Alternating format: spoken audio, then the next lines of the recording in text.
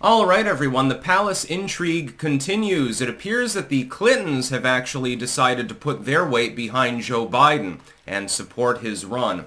This is different from Obama, who said, well, you should consider your capability of winning. It was basically, hey, Joe, you should drop out, but I don't want to say that publicly because it would be a fucking political disaster. And there are really two big kingmakers within the Democratic Party, the Obamas and the Clintons.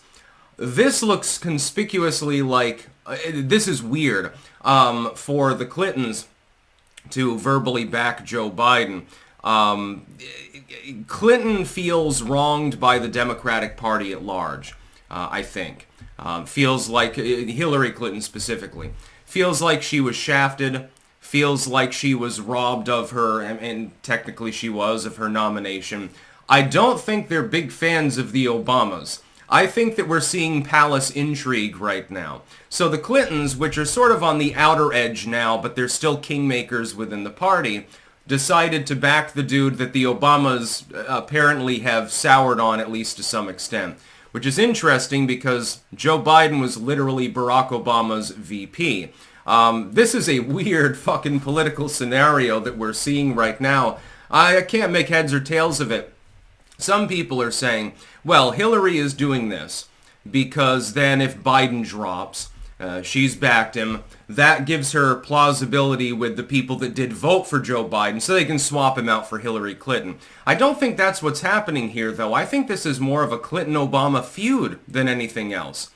This is strange. I've never seen a political party melt down in this, well, other than the Tories over in the UK maybe. Never seen a political movement melt down to such a degree.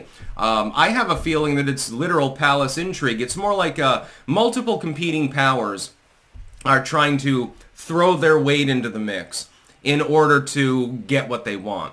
I think the Clintons realize if Joe Biden does choose to run, and he does seem to be leaning towards it, his campaign continues unimpeded despite the hemorrhaging of support within the DNC itself, and he wins, then they get political favors. That's sort of the way that the Clintons tend to operate.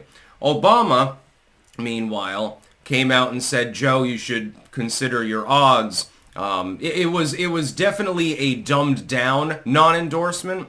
It's basically the insinuation, hey, Joe, this ain't a good idea, you're going to lose, and he's betting against it. The Clintons are taking a long shot, the Hail Mary, basically, and betting on Biden, because they fucking hate the Democratic Party at large. They're hated by the Democratic Party at large. People often don't realize this. The Clintons are not necessarily the darlings of the political world within the DNC. And they're betting on the possibility, the outside chance, that Joe does end up being reelected. Well, who had your back, Joe? Who had your back at the darkest hour when Jeffries and Pelosi and everyone else was telling you to drop out?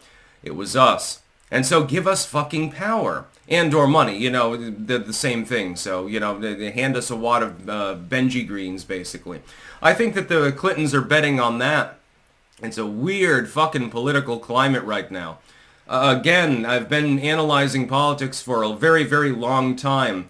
I don't know, some of this is Greek to me. I've been doing this since fucking Obama and Romney, basically, technically Obama v. McCain. I didn't do as much political analysis back then, though. I was more into the psychedelics and random philosophical tidbits and shit like that. Yeah, the Clintons back Biden. That's the Clintons are good allies to have, as long as you don't cross them in any way. It's basically like, hey, the mafia has endorsed you. The Clinton mafia. Yeah, this is a counterbalance to the other people who have flown the coop and decided that they're not backing Joe. Now, you did in the last couple of days have several dozen additional top-ranking Democrats defect and say they're not backing the Biden ticket. I'm not sure how strong the Clinton counterbalance will be, but this definitely nudges him a little bit in the direction of running, and it definitely nudges the party a little bit in the direction of having no choice but to support him. And keep in mind, if Biden does decide to run, and he has made it unequivocal, but he's a politician, so don't take that to the bank. He's made it unequivocal that he is running. Let's say he does run. The party will circle the wagons, some of them very reluctantly. Those who cross Joe Biden, should he be actually reelected, which I think there's maybe a 1% chance of at this point, they're not going to do so well. Oh, and the Clintons will make sure of it. They'll clean it out for him, and they'll say, well, again, who had your back? Oh, we can do additional work. Don't worry, Joe. We'll get rid of these fucking bastards. None of them will be in Congress in a couple of short years. Don't worry too much about it. But keep the Benji Greens flowing. That's basically how the Clintons work. It's a political mafia, basically. And you've almost, on some level, got to give them goddamn respect. Hillary and Bill are the perfect power couple, number one. And number two, oh boy, do they crush their fucking enemies. It's almost a thing of beauty when you think about it. Hell, at this point, with the Biden administration being so feckless, almost makes me nostalgic for Democratic leadership under the Clintons. That's the sad part. Bill getting his dick wet, sticking a cigar where it shouldn't belong, with Bill Cosby on the side chuckling and making jokes, it seems mild in comparison to what we've seen over the last few years. If you got the Clintons on your side, at the very least, you're not going to get Epsteined. They are a power couple. They are still a very vocal voice within the Democratic Party. There are still neoliberals from the Clinton era that are in Congress, kind of cluttering it up, but they're still there.